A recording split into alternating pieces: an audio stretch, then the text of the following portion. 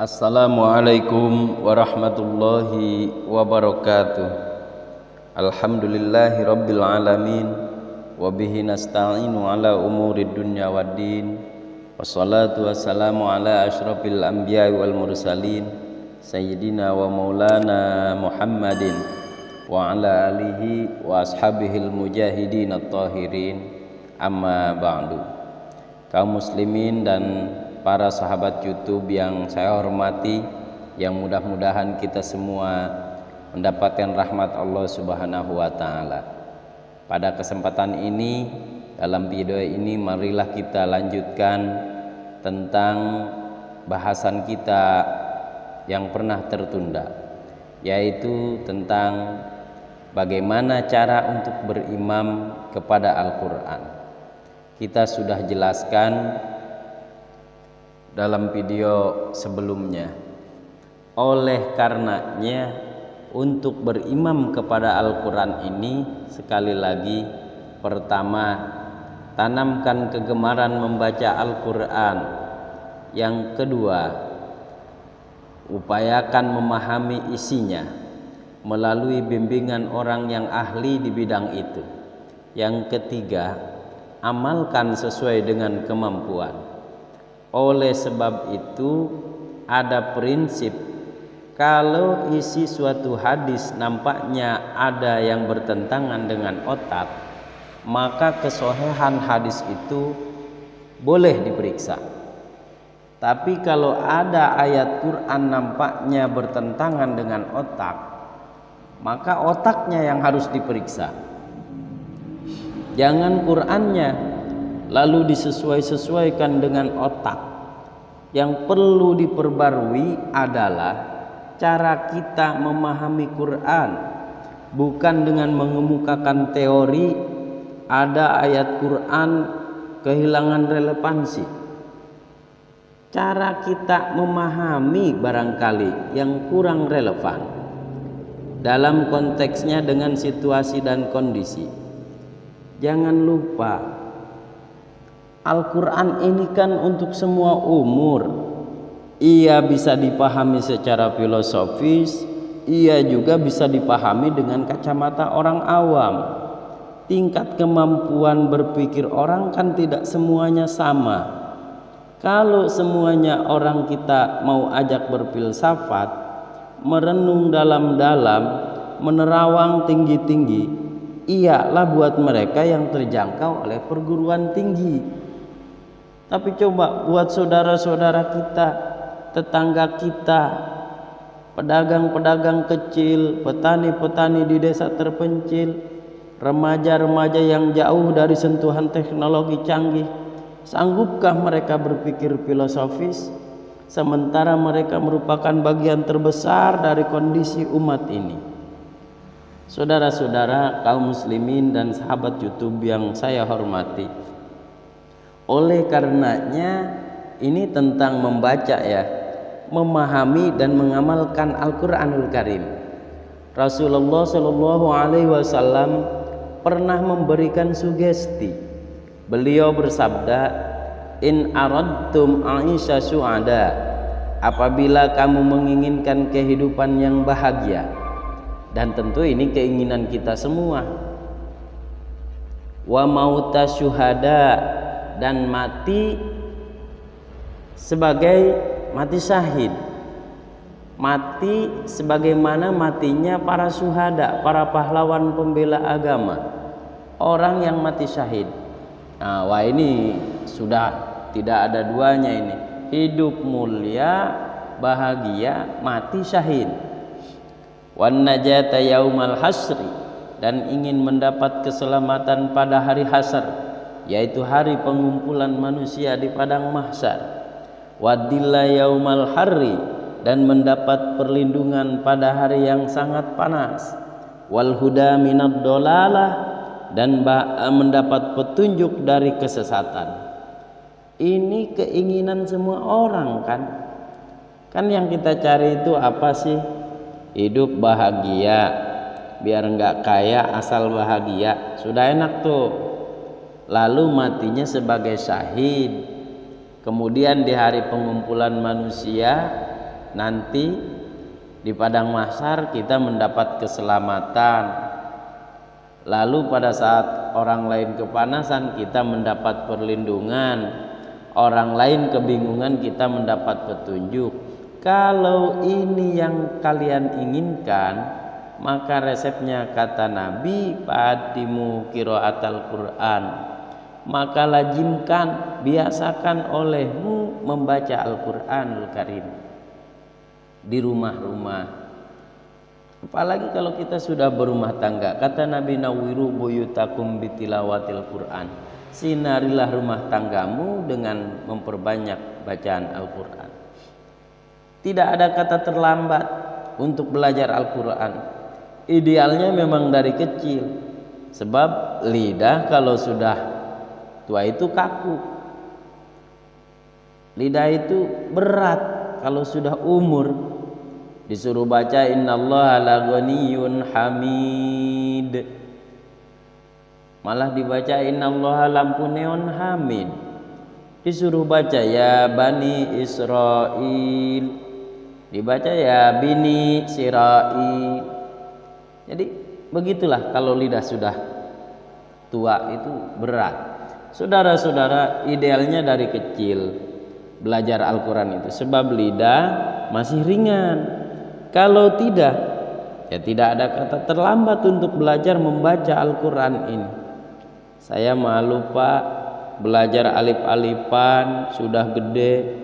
Ya jangan alif-alifan lah, alif beneran. Kalau alif-alifan ya kapan bisanya. Tidak boleh ada istilah malu untuk belajar Al-Quran ini. Saudara-saudara kaum muslimin dan sahabat YouTube rahimakumullah, ini tadi sugesti untuk menanamkan kegemaran membaca. Lalu sugesti untuk memahaminya, memahami Al-Quran ini tentu banyak ayat, banyak juga hadis. Falaula nafaro min kulli firqatin minhum ta'ifatul liyatafaqahu fiddin. Di antara sekelompok orang yang berangkat belajar ilmu teknologi canggih, di tengah kelompok orang yang sibuk membidangi hukum, di tengah kelompok orang yang sibuk meneliti ilmu-ilmu kedokteran, di tengah kelompok orang yang sibuk dengan perusahaannya, mengapa tidak ada orang yang secara takhasus liyatafaqahu fiddin, mendalami agama, mendalami Quran ini harus ada. Lalu sugesti untuk mengamalkan Al-Quran kita bisa temukan dari firman Allah Subhanahu wa ta'ala, surat Toha misalnya, dari ayat 124 sampai dengan 127. Waman a'rada an dzikri, barang siapa yang berpaling dari peringatanku, kata Allah, barang siapa yang berpaling dari Al-Quran ini, dia terima Al-Quran, dia imani Quran, tapi dia berpaling dari ajaran-ajaran Al-Quran, dia injak-injak apa yang seharusnya dia amalkan, dia perturutkan hawa nafsunya, maka kata Allah, fa inna lahu ma'isyatan dhanka, dia akan diberikan satu penghidupan yang sempit. Inna lillahi wa inna ilaihi raji'un. Diberikan kehidupan yang sempit. Kalau hidup sudah terasa sempit, bagaimanapun luasnya rumah sempit, bagaimanapun banyaknya harta sumpek. Kalau hidup sudah terasa sempit, bagaimanapun luasnya pergaulan, gak ada tempat kita bertanya, melarikan persoalan, membagi rasa. Siapa yang berpaling dari Al-Quran ini, dia akan diberikan penghidupan yang sempit. Bukan dagangannya tidak untung, bukan kerjanya yang gak digaji, Tapi kesempitan hati lebih bahaya loh dari kesempitan ekonomi. Itu di dunia. Coba kita lihat di akhirat. Seperti apa orang yang berpaling dari Al-Quran ini? Di akhirat nanti kata Allah, wa nahsyuruhu yaumal qiyamati a'ma. Di akhirat nanti dia akan dikumpulkan oleh Allah dalam keadaan buta.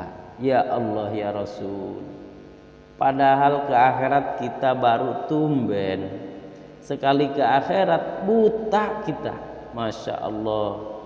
Di tempat lahir saja, kalau tadinya kita melihat tahu-tahu menjadi buta, kita bingung. Padahal jalan sudah pernah kita lihat, arah sudah pernah kita tempuh. Bagaimana di padang mahsyar nanti?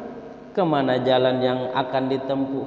Kepada siapa kita hendak bertanya? Mana teman, mana istri, mana anak? Buta pula kita. Suatu kesengsaraan yang merupakan puncak kesengsaraan. Dan dikala itu orang semacam tadi protes. Qala Rabbi lima hasyartani a'ma faqad kuntu basira. Wahai Allah, kenapa hari ini saya dikumpulkan dalam keadaan buta? Padahal ketika di dunia saya melihat ya Allah. Saya menyaksikan gunung yang menjulang tinggi ke angkasa. Saya melihat lautan yang luas terhampar biru membentang. Saya saksikan tanah, sawah luas padi menguning. Saya saksikan keindahan alam. Di dunia saya melihat ya Allah. Kenapa sekarang saya dikumpulkan dalam keadaan buta? Maka Allah menjawab, qala kadzalika atatka ayatuna panasitaha. Kata Allah, begitulah memang dahulu waktu di dunia telah datang ayat-ayat kami kepadamu. Telah turun Al-Quran, telah datang agama, fanasitaha, tapi kamu lupakan ia, kamu lupakan Quran. Datang ayat, turun Quran, turun agama, tapi kamu belaga filon, belaga bego, kamu belaga nggak tahu. Wa kadzalikal yauma tunsa, maka hari ini pun begitulah kamu dilupakan. Sebagaimana dulu kamu waktu di dunia, kamu telah melupakan ayat-ayatku. Kata Allah, kalau dalam bahasa kita, rasain lo sih kenapa dulu waktu di dunia pura-pura nggak ngelihat, main injek aja lo. Kira-kira seperti itu saudaraku. Wa kadzalikal yauma najzi man asrafa wa lam yu'min bi ayati rabbih wal 'adzabul akhirati asyaddu wa abqa. Demikianlah kami membalas orang-orang yang berlebih-lebihan, orang yang melampaui batas dan tidak mau beriman kepada ayat-ayat Tuhannya, dan sungguh siksa akhirat itu lebih dahsyat dan lebih kekal. Siksa dunia mungkin kelaparan, kekurangan ekonomi, kekurangan pakaian, tapi berapa lama? Paling lama seumur manusia itu 70 tahun umur kita. Ya paling lama kan segitulah. Kalau ikut Nabi kan 63, anggap tuh bonus 3 tahunnya itu. Tapi siksa akhirat, kesengsaraan akhirat, kesengsaraan neraka, asadu abqa, lebih dahsyat dan lebih kekal. Hadirin dan sahabat YouTube yang saya hormati, di zaman sekarang orang bukan cuma berbuat potong kompas, cara berpikir pun potong kompas, ngambil jalan pintas. Dia lebih memilih kesenangan yang sedikit, sebentar, dan mengorbankan kesenangan yang abadi. Dicarinya surga dunia, hidup cukup, rumah bagus, kendaraan bagus, pakaian bagus, istri cantik, dengan menghalalkan segala macam cara, berpaling dari ajaran agama, lalu menginjak-injak Al-Quranul Karim. Kita berlindung kepada Allah jangan sampai di akhirat nanti dibangkitkan dalam kelompok keadaan buta ini. Na'udzubillah, summa na'udzubillah. Di sini kita terkesan dengan apa yang telah dikatakan oleh Sayyid Muhammad Abduh, al-Islamu mahjubun bil muslimin. Kebesaran Islam kadang-kadang tertutup oleh tingkah laku umat Islam itu sendiri. Keluhuran Islam, kesempurnaan Al-Quran tertutup dengan kebodohan umat Islam itu sendiri. Sedangkan untuk mengungkapkan rahasia Al-Quran ini diperlukan keahlian yang kompleks. Saudara yang di Fakultas Teknik belajar teknologi, buka rahasia Al-Quran di bidang teknologi. Saudara yang belajar di bidang kedokteran, buka rahasia Al-Quran di bidang kedokteran. Saudara yang ahli geologi, mempelajari struktur kulit bumi dengan mengungkap semua rahasia Al-Quran. Pengkajian tentang teknologi, pengkajian tentang geologi, pengkajian tentang angkasa luar, pengkajian tentang anatomi tubuh manusia, lihat semuanya akan berakhir kepada subhanaka ma khalaqta hadza batila. Maha suci Engkau ya Allah, tidak satu pun semua yang Engkau ciptakan itu sia-sia. Perut bumi mengandung minyak, timah, kekayaan yang berharga untuk kehidupan manusia. Yang mempelajari angkasa luar bisa memahami musim dan menyelamatkan manusia, mempelajari rimba belantara, teknologi canggih, akhirnya akan memperkuat nilai-nilai iman. Menerjemahkan ayat-ayat Quran melalui disiplin ilmu yang kita miliki masing-masing untuk kemudian bekerja sama bahu-membahu dalam rangka mengimani Al-Quranul Karim ini, mengamalkan Al-Quranul Karim ini, dan mengawal keluhuran Al-Quranul Karim. Hadirin rahimakumullah dan sahabat YouTube yang saya hormati, itulah yang dapat saya sampaikan pada kesempatan atau video kali ini.